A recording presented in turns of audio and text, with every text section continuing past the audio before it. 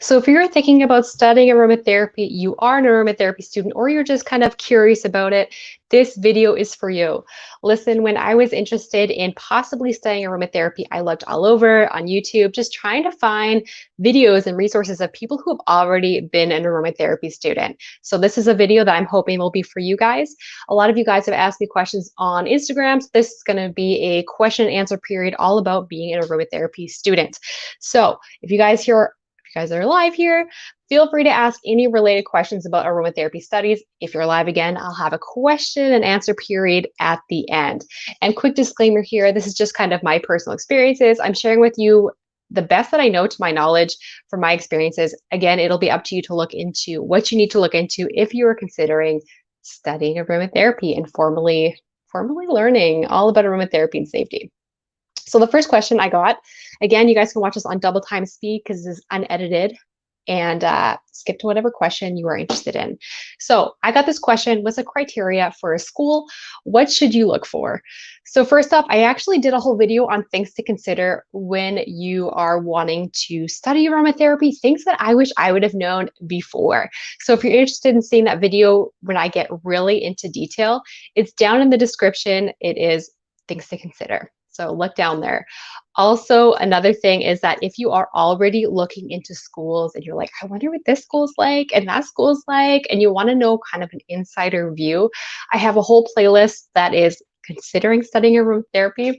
Watch this, and it is full of different interviews of me interviewing different students from different programs, so you can kind of get a taste for what it's like to be a student at different programs at different schools, as well as different things that might be helpful for you.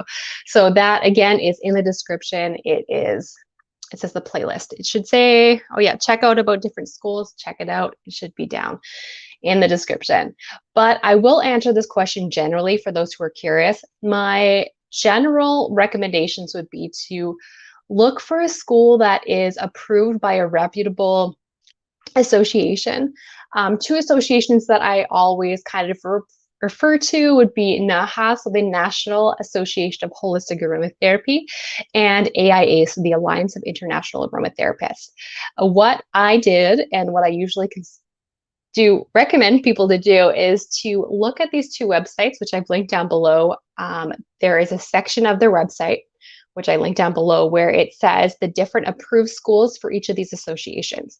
So if you're thinking about studying aromatherapy, check out these websites. Check out what schools are approved. You can see which ones are approved by both of the associations or one. You can search at it. I know for the NAHA one, you can search, like, if you want a level 1, level 2, level 3, what kind of level of recognition that you want. And again, all that information I've talked about in other videos, but it also says on their website what level 1, level 2, and level 3 would look like. Yeah, and I'm looking at my notes because I just don't want to forget anything. But yeah, decide what you want in that aromatherapy certification. Is it just to have a general basic understanding just for yourself or your family? Is it to become an aromatherapist? Because you might choose a different program depending on that. Maybe you want to work with animals. I believe there's 1 or 2 programs that do work with animals, so that you can really ask yourself, what do I want? What's important to me? And then look at the schools accordingly. For me, like I'd mentioned in my other video, I basically looked at all my top schools. I think there's about 5 or 6 of them. And then I sent them all the same email of things that were important to me with certain questions. And then I filtered it down to like 2 or 3 schools that I really was considering studying at. And then I decided from there. So again, I do have a more in-depth answer in the video, things to consider. So feel free to look into that if it's something that really, really interests you and you want to know things that I wish I would have known. And another thing I will mention, if you are other parts of the world, I don't know there might be a certain association other than NAHA or AIA that is reputable, that a lot of aromatherapists are part of. So if that's the case, you might want to find out and connect with other aromatherapists in your area, see what kind of associations are reputable and known there to practice as an aromatherapist, and then see what schools are approved by those associations. But I would also kind of add an extra layer of security and check with the associations that are kind of local to you, and then also check with NAHA or AIA, because I know there are a lot of sketchy associations, aromatherapy associations I've seen that I'm like, oh, this is kind of questionable. Yeah, I wasn't sure if I was going to share this, but I will. I saw this one presentation slide from one of these associations that welcome aromatherapists, and I saw the presentation slide that leaked that I wasn't supposed to see, that I was like, oh my gosh, they're seriously teaching this, and there's seriously an association that actually approves of this and calls people aromatherapists that are part of their association.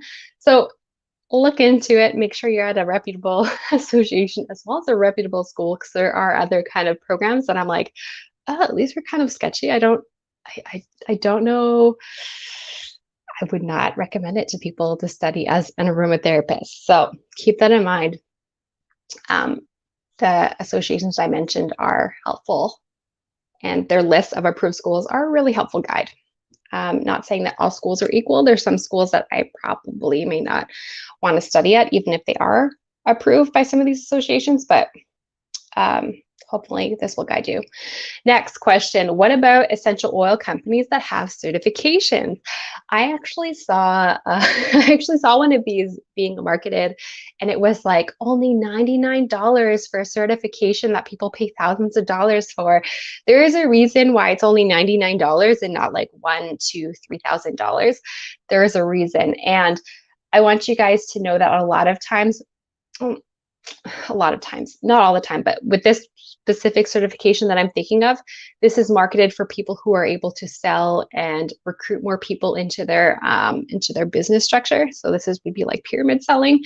And what I've seen from some of these companies, the one I'm thinking about, they teach a lot of things from what I saw in the promotion video that for me as an aromatherapist, I'm taught is dangerous not to do. And they're explicitly saying, oh, do this, like, do this XYZ bad practice that's known as dangerous for aromatherapists, and encourage other people to do it, which I actually might be doing one of these certifications just to kind of compare it with what it looks like in compared to aromatherapy certification and their certification, comparing them in terms of safety, which no promises, but I might one day do that for you guys to see what the difference is, the striking differences. I know there is another company I'm thinking of that is not an MLM company that does have their own learning or certification programs. You know, at the end of the day, you really have to use your critical thinking cap. And if you want to ask other aromatherapists what they think of it, you can definitely do that, because I have seen programs that seem to be okay. I mean, it's not a real certification, but it's enough to help you get a basic knowledge of aromatherapy and using essential oils. So if it is ran by a aromatherapist, I'm less concerned. But if it's kind of like more pushing unsafe practices, I am concerned. So it really depends on the program. If anyone has any questions that's here, feel free to ask them. The next question I got was online certification programs versus in-person. Again, when you look at the NAHA approved school list, AIA approved school list, it will say if it's in-person or online. When I've checked it out, it's all been pretty much online. There might be one or two in-person certifications. So I would say if you're going to be studying aromatherapy, it's probably going to be online.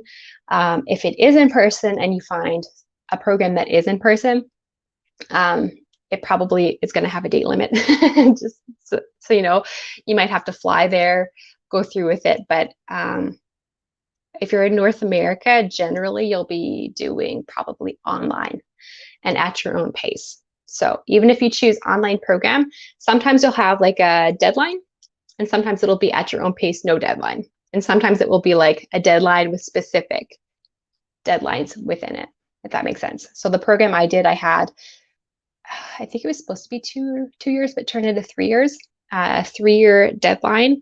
And then whenever I did my stuff, it was at my own pace within the 3 years. So again, something to consider. Do you want to have a deadline? Do you not? Deadlines can help you stay motivated and finish the program, but it can also create unnecessary stress. Then if you have no deadlines, sometimes you might not end up finishing the program. So best to really know yourself and see what's best for you. Again, deadlines can be in person or online, but I'm guessing you'll probably just find programs online. But if anyone has in-person programs, feel free to let me know down in the description. Next question I got was, did you learn how to make perfume? So for me, I personally did not get into making perfume or perfume making. It wasn't really a part of my program. However, we did learn to blend essential oils. There are different blending techniques and different blending taught in different schools and different programs. For me, it was not really to do with how it smelled, but I've seen other programs and instructors teach more on blending for the aroma for it to be pleasing, even though it is therapeutic. So if you're really interested in the different kind of blending techniques or approaches, you can definitely contact the school and see what it's like. Something I will say though, for the person that asked this, if you are interested in perfume making, whatnot, I would say contact the schools that you're interested in and see if they have a program dedicated to perfumery, or if they have different sections of their program that include perfumery, because for me, my program did not. One thing I will mention though, and quick disclaimer, I'm not an expert in perfumery. I do not know a lot about it, but I will say that I really think there are differences between using synthetic fragrances and essential oils. When I've used essential oils as perfume, it doesn't last very long. And when I expect it to act like a real perfume, I'm kind of discouraged and disappointed. So I really believe that working with synthetic and real essential oils, there's going to be a difference. And from my vague understanding of perfumery, I don't know if you guys have ever worn a perfume and you wear it on, I don't know, your skin or your clothes, and like a day or 2 or 3 later, you can still smell it. I guess if you didn't shower your skin. And it's like, whoa, it lasts longer. And I believe it's because of a fixative that they use, which is not always the best or most natural, which is something you're not going to get when you're using like natural essential oils. So just to kind of put that in perspective, do you want to be an actual perfumery using more synthetic things that may not be seen as well in the natural community, or do you want to strictly work with essential oils? Something I know that a lot of people will use when they're making their own perfumes with just like pure essential oils is they will sometimes add in different base note, like essential oil base notes, essential oils that are considered to be base notes, which will kind of act as a fixative, helping the essential oil and the aroma to stay longer, linger longer. So some base notes might include like patchouli essential oil, vetiver essential oil, rose essential oil, keeping in mind that these essential oils can be overpowering. So if you're making a blend with them, to be mindful of that. I'm hoping that was helpful because I don't know too much about perfumery. Something I also wanted to ask or add, criteria for school, what should you look for? Something really important is I would, something I didn't know about that I do now, check out schools that have already free introduction programs. Okay. I think School of Aromatic Studies does. I think AromaHead does. There are other schools that have it. And what this will allow you to do is to try out different schools, to be able to see the different kind of vibes of each school, to see the different kind of teaching styles of each school, and then decide, hey, I really like this school, the way things are presented, the way things are taught, and oh, I actually didn't like this school and I thought I would. So this is really to feel out the situation before you commit and, purchase that program and start that program. Something I wish I would have known. I mean, I wish I would have known. I wouldn't, now that I am where I am, I wouldn't change anything, but it's something that I think more people should know about. Next question. What was your plan when you first started your program? Is it the same now? Okay. So when I first started, first of all, I want to say that essential oils truly, truly, truly changed my life. I know some people think it's like placebo and all that kind of stuff, but it changed my life. I had some medical issues going on that doctors, specialists, nobody could really help me or give me relief from. And on a whim, after trying many different therapies, whether it be recommended by a doctor or not, like promoted by doctors, I mean, I like natural stuff versus like pharmaceutical stuff. I stumbled upon essential oils and I was like, let's just try this. Maybe I'll play around like with the properties of this essential oil. Maybe it'll help me. And it was the only thing, the essential oils were the only thing that gave me the relief I needed and helped me to really manage what I was going through, manage different pain aspects of what I was going through. And I realized that essential oils are powerful. So that's why I wanted to learn more about essential oils. I wanted to use it for personal use, friends and family and whatnot. And then second, at the time, I was also part of an MLM. So for me, I was kind of having a lot of doubts. Like, I am part of an MLM, like I'm training people on essential oils, but I actually don't have the answers in terms of safety. So I decided I wanted to be educated so that I could really do the business in the MLM community and my MLM business. But for you guys who have been following me, you know that I ended up leaving the MLM community, the MLM, the MLM business. And if you are interested, I did link the video down below why I left the MLM, the oily MLM, 16 reasons why. I link it down below for those watching the replay. So yeah, I wanted to do it for personal use, friends, family, to build my MLM business. And I knew that I did not actually want to be a traditional aromatherapist in the sense of having one-on-one consultations where people come, have a consultation, see what they're dealing with, and then make a personal blend, and then, they're on their way. I knew I didn't want to do that, so I knew from the get-go. But then once I ended up leaving the MLM space, I was like, what am I going to do with this education? It's not a loss, even if I don't do anything with it, because I learned a lot for myself. I can take care of friends and family and stuff like that. But I decided, oh, you know what? I'm going to build a social media presence. So, you can find me on Instagram, TikTok, YouTube, and I wanted to be able to monetize it. So make money off of it. Because I knew I wasn't going to work one-on-one with clients, because where I live, people don't speak English, and I didn't really want to be working in another language other than English. So that was before. After, I felt like I'm back to square one right now. I'm on the drawing board trying to reflect on what I want to do with this. Again, I'll be using it with my friends and family, myself. But I really need to reassess what I want to do with this, because it's been 1.5, 2 years that I've been on YouTube, Instagram, and for a lot of it, when I was making videos weekly, editing on Instagram, I was spending probably 5 to maybe 20 hours a week, hoping to build a business on social media. And it didn't really work out. It turns out that I told myself, oh, it'll pay off one day. It'll pay off one day. But it's the point where it's like, okay, that was like 5 to 20 hours a week that I was basically volunteering when I could have been working on other things professionally.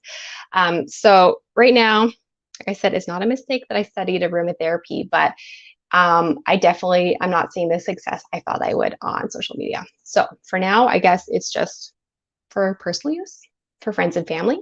I'm coming on social media when I'm inspired to be, not because it's a business or a job I was trying to build like I was for the past 2 years. But yeah, again, if anyone has any questions, feel free to ask questions. I think that's it. So yeah, it's definitely changed. I still don't want to be an aromatherapist one-on-one consultation. It's more of like a passion, a hobby, and a way I can use essential oils. So I know how to use essential oils with friends and family and whatnot. Okay, so almost last question. So if you have questions, ask them in the comments. But what do you consider to be one of the best things you've learned from your aromatherapy studies? So there are many things that I think were like amazing. But I would say generally, to have a general understanding of essential oil safety, that I wouldn't have been able to learn on my own. Because I know you can learn a lot of things on your own, but there's certain things that you just can't really have that.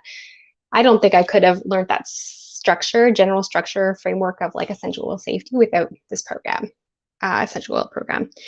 Also, I'm going to add some more things to be able to use essential oils with confidence and understand why an essential oil is not safe.